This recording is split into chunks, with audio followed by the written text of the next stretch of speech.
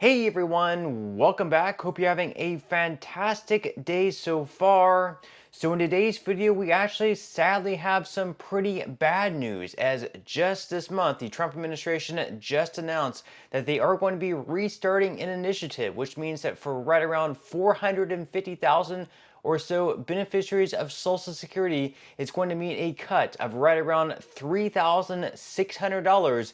In today's video, we're going to be covering everything that you need to know. But before we go ahead and dive into it for today, if you would like to receive up to $200 in free stock or $200 in free cash, in a pinned comment below, I will be leaving a link to Robinhood.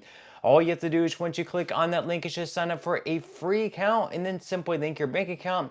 You do not even have to make an opening deposit. At that point in time, Robinhood will be sending you one free stock worth all the way up to $200. And if you'd rather just have the cash, all you have to do is once you receive the free stock is just sell it for what it's worth and then transfer the cash value right back to your bank account. Okay, so diving right into it for today. So whenever you think about student loans or perhaps those folks who are having troubles paying for student loans, you might think of people in their 20s, recent college graduates. If you go to college at the age of 18 or 19, it might take you 4 to 6 years to get through. So you might be fully graduated if you actually graduate at the age of, let's say, 22 to 24, and then you're out there, looking for your first job. Your first job generally isn't the best pay because you're still looking for entry-level jobs, and a lot of people actually have troubles getting jobs in their own field. That's beside the point, though. So whenever you generally think of student loans or people who are suffering with that, trying to make payments on their student loans, which the cost of college is going up on an annual basis, you're generally thinking of younger people, people in their 20s and 30s. Those are a lot of the people you thought might be impacted by Biden's student loan forgiveness that he tried to push through via an executive order before it was struck down by the Supreme Court. But actually, a lot of people in their 40s, 50s, 60s, and even those receiving Social Security benefits are actually still trying to pay down their student loans. Believe it or not, they still have loans that they are paying off. And as years go by, just because the cost of college has risen, this is going to be more and more of an issue for people receiving Social Security or people reaching an older age, still having student loans or trying to pay off. And believe it or not, some people are actually in default status. Now, previously, because of different policies that were made back in 2020, 2021, whenever we had COVID, of course, going on, and we had different stimulus checks and stuff going out, we had, forgiveness as far as paying back these loans go. But right now, this year, it's announced actually just this month in May by the Trump administration, they are going to restart taking back some of Social Security benefits. They're going to start garnishing some of the checks. Now, they are going to have a cap at 15%, but 15% still is going to be a lot taken from these checks. So according to AL.com, some Social Security recipients face a 15% cut to benefits starting next month. Of course, that will be in June. So Social Security recipients who have fallen behind on student loan payments face having their benefits slashed as soon as next month. The Trump administration announced in May it would restart the Treasury Offset Program, a collections initiative for people currently in default on their student loan payments. The program allows the government to withhold up to 15% of a Social Security benefit to repay a delinquent loan, according to Newsweek.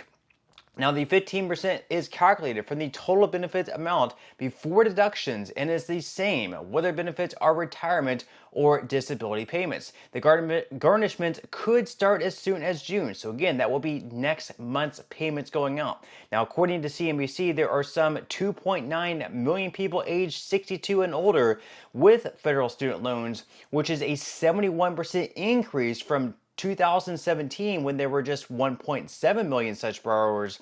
Now, more than 450,000 borrowers in this age group are in default and are likely to receive Social Security. So if you're still paying off your student loans and making your payments, you're completely fine. However, if you're in default status, such as the more than 450,000 people that they mentioned there, of course, you can have up to 15% of your check garnished. That is definitely going to be very, very difficult for those people to get by.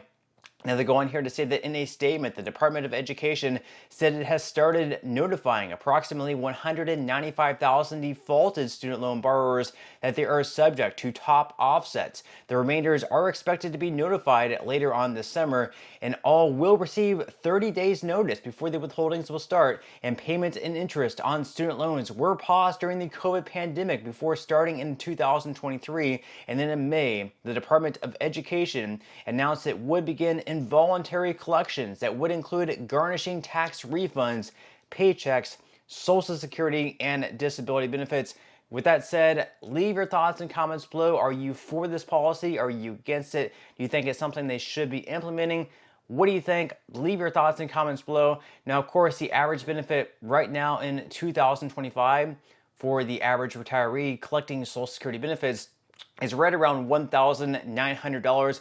Actually, to be exact, it's $1,976. So let's just take the average there. We take a 15% cut from $1,976. That's going to bring their check all the way down to $1,679. That's a cut of almost $300 per month.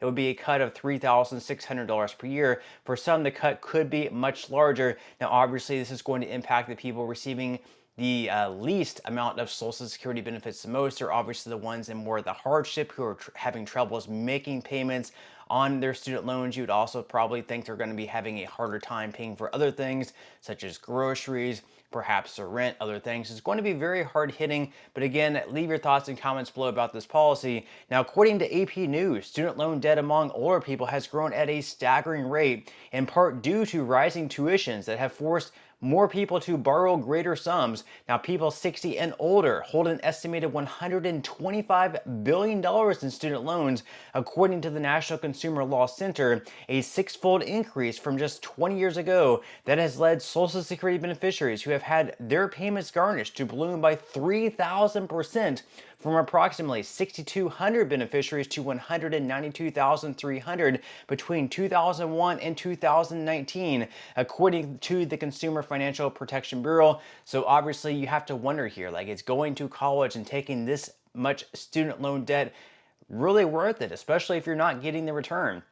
If you're paying $50,000 to $100,000 for a college degree, but in return you're only making $30,000 to $40,000 annually, it's going to make it very difficult to pay for your rent and other bills, plus your student loans. You're just going to be in forever catch-up mode. You have to wonder how much of a scam college actually is, especially for a lot of the degrees that they offer there.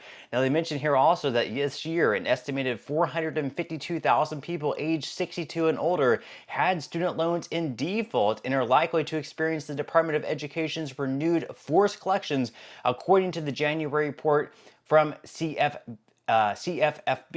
Now, Debbie McIntyre, just for an example here, she's a 62-year-old adult education teacher in Georgetown, Kentucky. She is among one of them. She dreams of retiring and writing more historical fiction and of boarding a plane for the first time since high school, but her husband has been out of work on disability for 2 decades, and they've used credit cards to get by on his meager benefits and her paycheck. Their rent will be hiked by $300 when their lease renews. McIntyre does not know what to do if her paycheck is garnished. She's going to be one of the many people who are going to be suffering from this policy. But again, this really comes down to colleges in charging this absurd amount of money that they know that people who are, the age of 17 and 18, graduating high school, or perhaps even people who are trying to start new careers as adults, they're lured in to this college education system where they're rising costs every single year, and it seems like the returns are actually diminishing.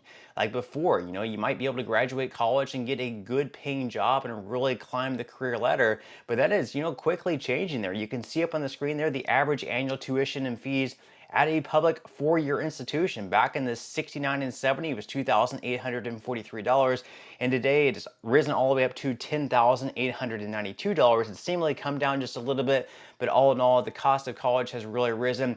Leave your thoughts and comments below about everything that we talked about in today's video. What do you think about college? Do you think it's actually worth it this year in 2025, especially at the cost, especially if you're not, majoring in something that's really going to yield you a great return, such as in the STEM field? Again, leave your thoughts and comments below. I would definitely love to hear what you guys think, but that's all we have for today's video, and I will see you in the next one.